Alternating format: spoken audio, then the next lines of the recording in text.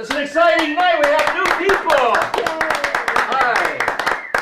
All right. Welcome to the Free Speech Show. I'm Bill Bronner, and thank you for however you got here on your Google, on your Yahoo, whatever you're using. Here's what happens. Not us, the other people. Yeah, the people. Yeah. I thought I didn't get here. I'm on trying. Google. Yeah, we are rolling tape. You don't try to Google? No. Yeah, you don't do the Google. Huh? No, I don't Google. All right, well, let's go back to my opening then. Just, before we break down into little discussion groups on the side here. All right, so here's what happens. I invite a group of people to talk about a topic. I'm hoping that they're entertaining and interesting. Usually they are. So tonight's topic, and everybody gets like 3 to 5 minutes to talk about that topic. And then we're going to have a little panel discussion. That will be the next button over from the button you're watching now. So if you want to if you want to skip right to the panel, boom, there you are. So then we're just cut.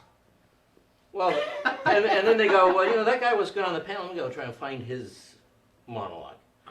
So tonight's topic is reality check. And this is a very upbeat topic. Reality check, a critical look at what America has become. And you know what? We're number one! We are number one. And I win it, and sometimes you wonder, is my country still number one? And here's what I found out. Number one, we have the highest percentage of our population in prison of any country in the world. We're number one! The rest of the world, somehow, they don't have crime like we do. But here's a statistic I found out today. In the United States, 737 people out of every 100,000 people are in jail. We can do better. Yeah. We can bump that up to And you got to give the military. You got to give the penitentiary privatization credit for a lot of this. We have a huge legal enforcement court system. A lot of guys milking America to keep these guys in jail and make a buck. All right, so we got that going for us. The statistic, the rest of the world average 166 persons per 100,000. So we are like 400%. That's how good we are, yeah. All right, let's go to prison. What are we doing here? Here, another thing, we're number one. 37 million people below the poverty line. Oh, thank God. I know, we're number one. 37 million people below the poverty line, 12% of our population. Only 12? Yeah, and I believe 2 out of 3 of those are children, so we're really taking care of the kids here, just like we are the veterans. But, so I'm being upbeat with this. That's my goal, is to be upbeat. So we're number one in that there's the biggest disparity. We're the wealthiest country in the world. You know what? We're number 11 on the infant mortality rate. Or is it below that? 17, 22? 41. We're way down there. And if you're in Mississippi, you might be number one in infant mortality rate too. I just found out they are like 17 out of 1,000 babies die in Mississippi. So we got that going for us. But here's what we've become. We have become a country that started out with the ideal that all men are created equal, if you're a white man. We've been able to hold on to a lot of those values. We started off with, this thing of liberty and justice for all. And it turns out that the justice system is sticking it up our ass. Can we say that? We're the world's wealthiest country, but the most people in poverty. We're also pay the highest per person healthcare costs, but yet we're the only industrialized country where we have 20% or 25% of the people with no health insurance. So, and I'm going to talk about this on the panel, and this is where I get serious. Because opposed to one other point. Opposed to now. Here's, what else we're number one at? We're the world's wealthiest country. We're also the deepest in debt. We owe, like, there's over $3 trillion of American cash held overseas. So, guys, if you want to buy this show, if you're in Abu Dhabi, you like to buy the Free Speech Show, you could buy this show. Or they already own it. Yeah, well, no, so far, when they take over, I'm going to have better equipment. I know that. It's not a slam on these fine Yeah, people. no, this It's the is work they do. no. The crew is top flight, but the equipment, good. All right. Anyhow, so but here's what I think is going to happen with the United States because of our problems. I think it's time to give up. You know what? Let's stop being united. Let's just be states. Let's be California. We got the 6th largest economy in the world here. Why do we need to be sitting around on election night going, I hope those fuckers in Florida don't screw us again? And I don't want to do that. I don't want my child not to be able to have an abortion because, we have a president who got all of his money from the evangelicals so he could get elected. And so my critical look at the United States, failure. We're the most hated country in the world. We export the most arms. We export over 50% of the world's arms exports. Aren't we sweet? We are so precious. Yeah.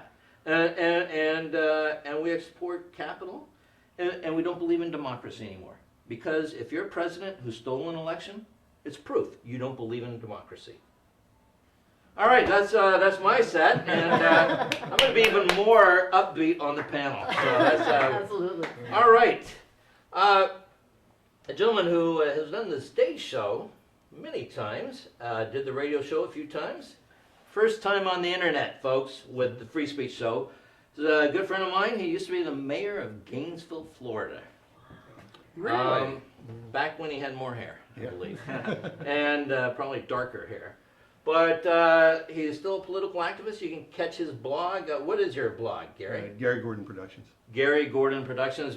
Please, my friend Gary Gordon. 16 tons, what do you get another day older and deeper in debt? Who knew? That should have been the national anthem. Tennessee Ernie Ford, Al Gore, Fred Thompson. The people are represented by 2 political parties. Dun dun. Right. The rich Democrats and the rich Republicans. These are their stories. We need a new version of Law and Order. Law and Order to the poor people. Their stories. Something like that.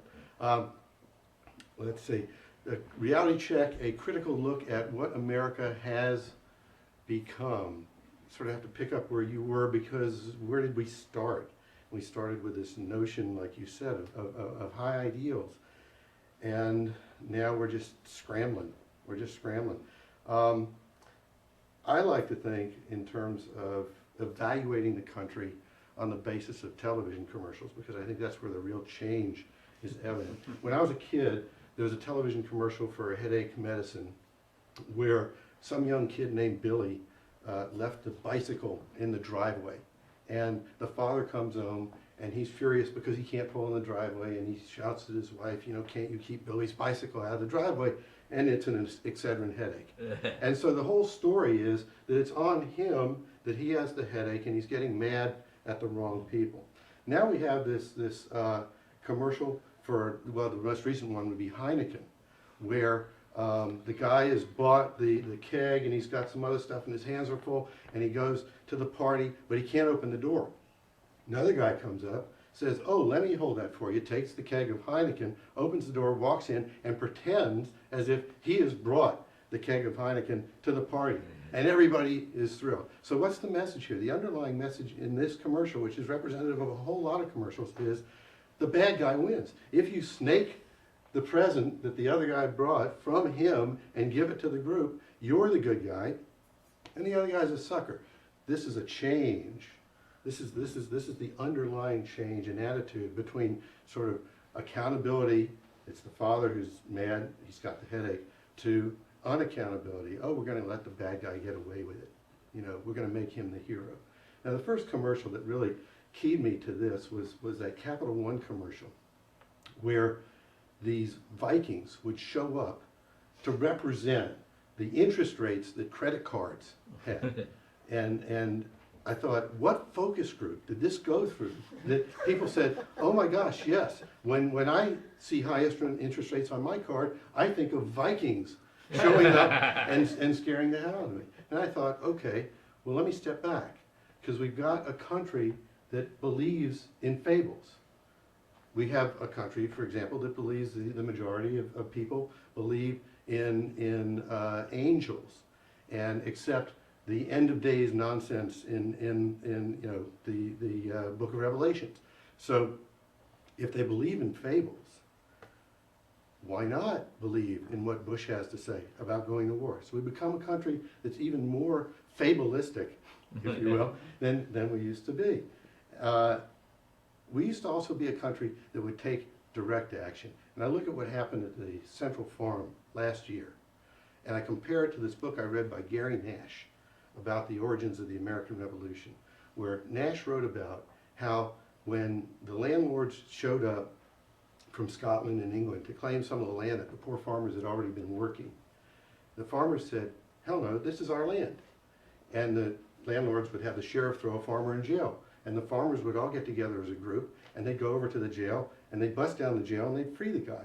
And then they started engaging in this thing called house toppling, where if the sheriff or the mayor or the governor, and this went on from North Carolina to Massachusetts, they would go and they would throw ropes around the chimneys of the houses of these elected officials and pull them down. House toppling. Now what did we have with the Central Farm? People got mad that the Central Farm was going to be destroyed. And what did they do? They went and had candlelight vigils at the mayor's house. And I'm thinking, okay, we used to be a country that would pull down the mayor's house, and now we're a country that's going to have a candlelight vigil. Which threatens the power structure more? I'm sure that Rio Ragosa, or if you take it all the way up the ladder with the meaningless, worthless answer coalitions demonstrating against the war, I'm sure Bush is going, oh my gosh, you mean 6,000 people have gathered in LA to shout at me? I'm scared, of course, not scared. So we become a country actually of chickens. Now, I wouldn't go so far as to give us an F. We have a C student in the White House, so I would give us a C. Now, where did this turnabout occur? Well, you can talk about a lot of places in American history where the turnabout occurred, but I'm going to go back to commercials and products for the moment where I thought the country really began to go downhill. And it wasn't the election of Reagan, although that was big. It was the invention of Pringles. It didn't occur to a lot of people, but if you think about it, we used to have individual potato chips. Individual, unique, American potato chips. Potato chips that represented the entire diversity of the country, the strength of the individual, and you'd get a bag and it'd be a group, and you'd eat it, and you would feel better. Then came Pringles, each one an identical piece of cardboard-tasting material. I don't even know what was in it, chemicals of some kind. All carefully designed to be the same kind of circle with the same kind of curve to fit in a circular box as if we needed that. That, my friends, is where the downfall began, and that's what we have to reverse. All right, Gary Gordon. Ruffles. Ruffles. Bridges of the world Right. unite. Really good stuff. You know what I mean? And that's proof you don't have to be funny to be interesting. But you were amusing. We needed yeah, you were funny.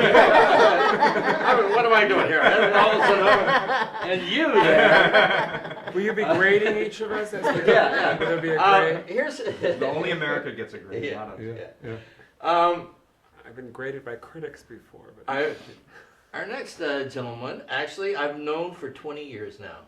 oh, I must have. Since how you could that were be? 11 and I was at Bert's Deli Smoker and used to come see me there. Yes. At Bert's Deli Smoker, back in the old days with Peter Galke and Fred Wolf and Tony Sledge and In the day. Yeah, that was the day. For some reason, not a lot of women performed there, but They did. We just don't remember them. Oh, They were anonymous. Yeah. They Anyhow, never remember the women. he's now a huge actor, and you've seen him on Regis Philbin, and he's. Regis Philbin? Weren't you on Regis Philbin? No, what show was it? that you were on way back in like the... I was never on Region 4. They didn't allow my type on that show. Oh, that's What Damn show did it. you come out on? Oh, I came out on the Geraldo show. The Geraldo, that's right, yeah. 93. 93. All right. So anyhow, he's out and about and has a big crossover of fan base with Kathy Griffin. My good friend Jason Stuart. All right. Hey, Jason. Regis Philbin. I've never heard our name mentioned together. Geraldo, I forgot. Geraldo. Regis is making me uncomfortable just thinking about it. Oh, wow. So I'm on the internet, on Google and Yahoo. Hello, Google, Yahoo people. Critical of the United States and what's happening now. Well, I have to say, I was just at my high school reunion, the 5th. And Yeah. thank you. I was at the high school reunion, and most of the people there were divorced. And I thought to myself, God, this is what's happened to people. All the straight people that I went to school with are mostly divorced and have kids and don't know where the kids came from. They're all Norma Ray now. And I thought to myself, God, I can't even get married. I can't even be divorced. I can't even be a failure like them. You know, it's the year 2000. See, it's an advantage now in retrospect. Oh, it is. Yeah, I felt very successful by being single and a failure. I think of myself, it's the year 2007. If they let us marry each other, we'll stop marrying you. It was also strange being there with all these people that I had gone to school with, and there was a lot of talk about the war. There were some people that one guy had been a military person, and the whole war thing. And you know, I'm not the sharpest knife in the drawer. I'm just very attractive. And when the whole thing started, I thought, well, this seems dumb. Why are we going there? You know, when we don't really know what's going on. You know, I think we should just let's talk, let's chat. You know, I'll meet for lunch and let's see what happens. And of course, we didn't do that. We actually, you know, old George just popped right in, and he only won because he was thinner than Gore, because the fatter guy always loses. And it's true. The more attractive person always wins. And Bruce, Bush was sort of hot. Anyway, In a dumb kind of jockey kind of way. Sexy love. In a cheerleader kind of way. and I thought to myself, then the whole thing, we didn't find weapons of mass destruction, so the whole thing was to find bin Laden, had to find bin Laden. The guy is 6'3" and he's attached to a dialysis machine, and no one could find him. If you're walking down the street in, let's say, Japan, the Japanese people would be screaming, Godzilla! It would be terrible. And now, of course, they're still trying to find him through we have every way of finding people through email, and we're searching email, and we're tapping the phones, and we're going to thing. It's like he's in the Batcave somewhere, and I think he's just on some rug someplace, going, which turban should I wear for my next video? And I don't think I think he's just laughing at us, and they're all just terribly laughing at us because we've become such a joke now all over. I mean, when I was growing up, we had Mother Teresa, we had all these terrific humanitarians. Now I guess we have Oprah, which is sort of like Jesus with really nice shoes. The whole thing is sort of where we don't have the people to look up to in the same way. And I like Oprah, I really do, and I TiVo her. And I think the thing was really weird was that she had done. What wasn't weird? It was a nice thing. She had actually started a school, which I thought was really nice in the whole world. So to all the South African, or rather all the African girls who were really, really smart could have a great education. But the really smart, the best, the cream of the crop, they were allowed in. And I'm thinking to myself, what happened to all the stupid girls? I mean, so I was thinking that maybe Jerry Springer could start something here, and it could be a school here, maybe in let's say, an RV camp. Most of them who live in trailers wouldn't have to actually drive their car, because they just drive their trailer right in, and then once a week, maybe Maury Povich can come over and find out who the baby's daddy is. But my favorite Oprah, and because I do think she's become the sort of guru of everybody on television. She seems to be the one that's sort of telling the American people what's happening to us. My favorite, of course, was when Madonna was on, because I'm gay and it's the law to love her. And she was on, and the whole last year, and the whole world was very upset because she had adopted an African-American child, and they thought, oh, you're taking her away from the orphanage where she lives and has flies flying around her.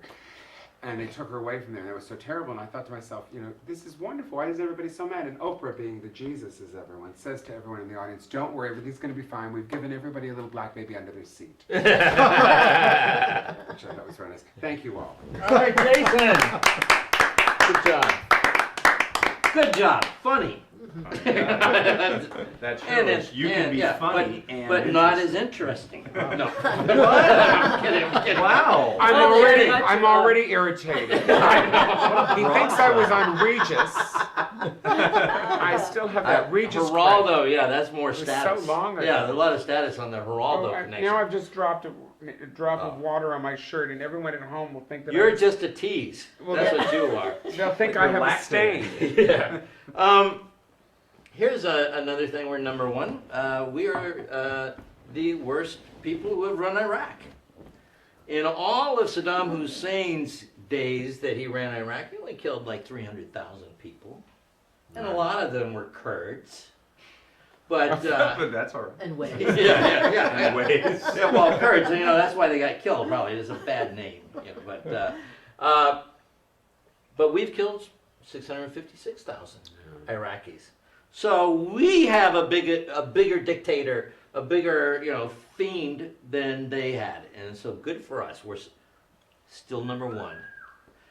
All right, my good friend, click over every show, almost she's here.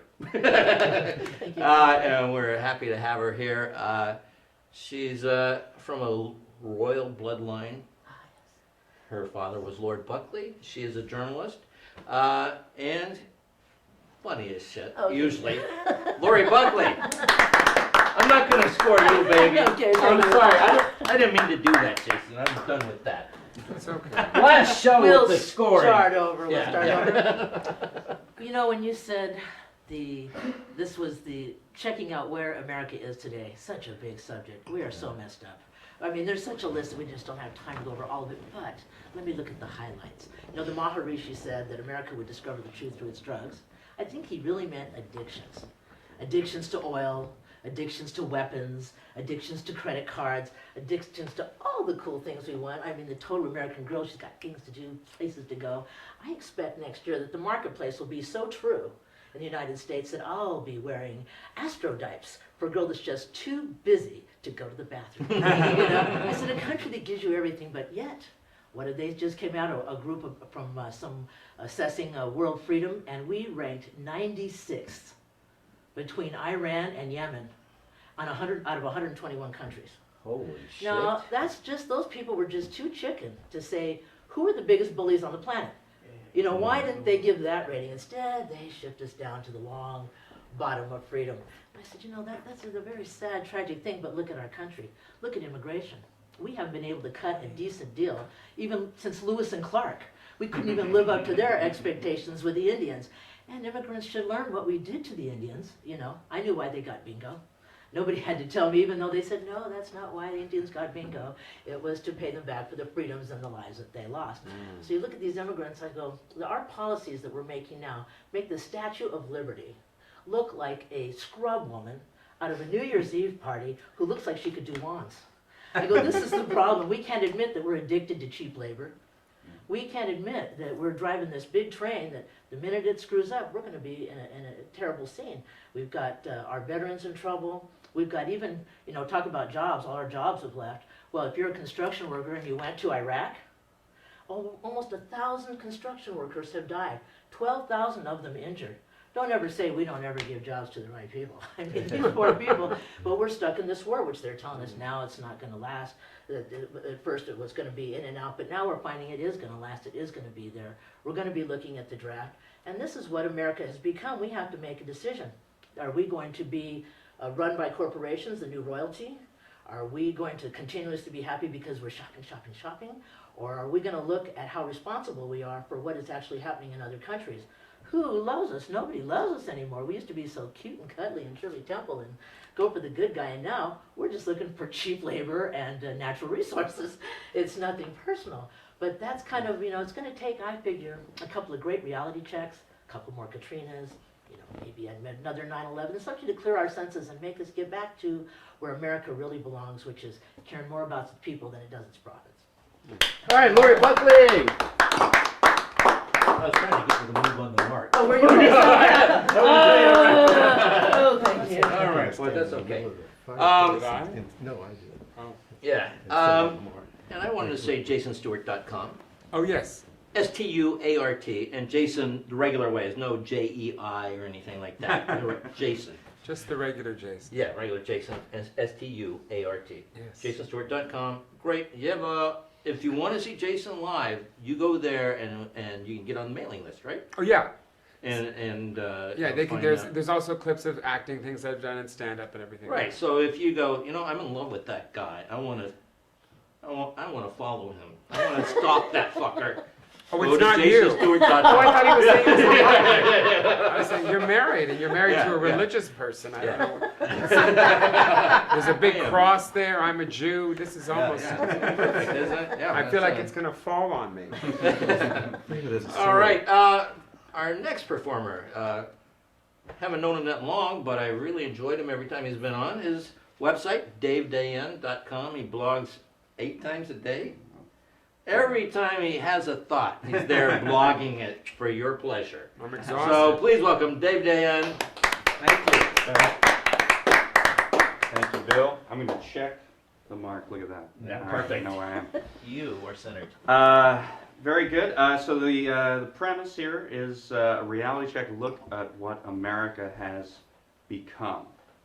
I think I want to question the premise a little bit, just the idea of where we've become, because I mean we came from a group of aristocrats, slave owners, rich white people who didn't want to pay taxes anymore. And here we are. I mean, we have maybe it's not much of a stretch.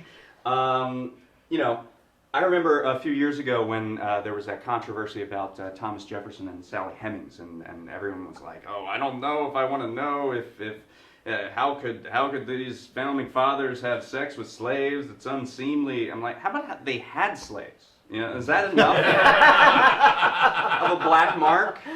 They That would be at the top of my list if I had a slave. They sold human beings as Sex didn't chattel. work. Was black mark the right word to use? No. Just asking. Thank you for the workshop. I'm here to help. Thank you, I appreciate that. So, where have we become? I mean, certainly, the arc of history, if you look at it over the last couple hundred years, we have eradicated slavery. We've given suffrage to women and African Americans and young people and people who don't own property. We have, stopped child labor. We've given the 40-hour work week. All these things came from liberals, of course. I'm not saying there haven't been setbacks, particularly the setback between January 20th, 2001 and 2009. That's a bit of a downslide. But my favorite part about all of the inaugurations in the Bush era is the part where they swear in the vice president to take the oath of office, and then he puts his hand on the Bible, and the Bible starts to cry. That's my favorite part. You're hurting me. So yes, obviously we have difficulties. We have things that we need to take a look at again, and I think there are a variety of factors of why we as citizens have sort of taken our eye off the ball and allowed things to get to the point that they are over the last several years. Obviously, we're ruled by fear. I think if we're ever going to change things for the better in this country, we're going to have to stop this ridiculous notion that we wet our pants every time there's any notion of a plot or a terrorist. We have this thing called I like to call it Fear Unit. It's the Federal Election Year Anti-Terror Response Unit. Every time there's an election around the corner, there's like 17 the terror alert's up to red. It just immediately comes in. So we got to stop that, and also we have to be more selective, in our information that we take in. People have this sense that Americans are getting stupider. I just think they're getting bombarded too much with information. I mean, do this little thought experiment. If an alien who had no notion of our political or social or cultural structures came down to this planet, was plopped down, what would be the hardest thing to explain to him. I don't think it would be anything to do with our politics. I don't think it would be anything to do with our government, our health care, anything like that. I think it would be this thing that I saw in a McDonald's Happy Meal one time called Count Chicken McNugula. You just think about the levels of analysis that you have to get through just to explain Count Chicken McNugula to someone. You know, you have to go all the way back and say, look, all right, about 200 years ago, there was this Bram Stoker. He came up with a bunch of Gothic novels based on various legends around Eastern Europe, and he came up with this thing called Count Dracula, which you know it came to, you know, he sucks blood and he becomes a vampire, and crosses can kill him, and he has to be shot with a silver bullet, and all this stuff. And you know, in modern days when they do those, in fact, the Dracula by Francis Ford Coppola was seen by some people as a precursor to the AIDS crisis. So, or at least a commentary on it. Anyway, so that's the Count Eula part of that. So then you have to fast forward 200 years, and a guy named Ray Kroc built a chain. He actually stole it from a guy named McDonald in San Bernardino. He decided to mass produce the idea that we're so quick in this culture that we have to get our food within 2.5 minutes, and so he put together these franchises, put them around the country. Everything was mass produced, so if you go into one in Chicago, it's the same as the one you go into in Los Angeles. And then he had an idea to come up, you know, he got a lot of different competition from other franchises, sort of copied the model, so he had to differentiate himself. So he decided to make these oblong, bizarre fried bits of a chicken that had just a complete amorphous structure, looked like nothing that food was ever meant to look like. There goes the McDonald account.